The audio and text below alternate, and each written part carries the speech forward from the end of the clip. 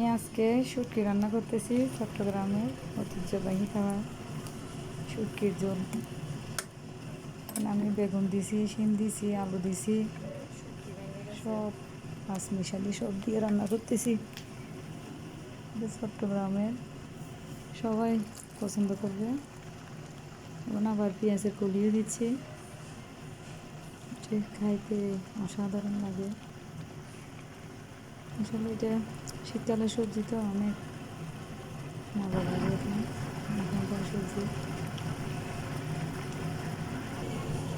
শুটকি দিয়ে রান্না করতেছি, আবার একটু দেখতেছি ধনে পাতা দিয়ে নামার জন্য। লাইটও হয়ে গেছে।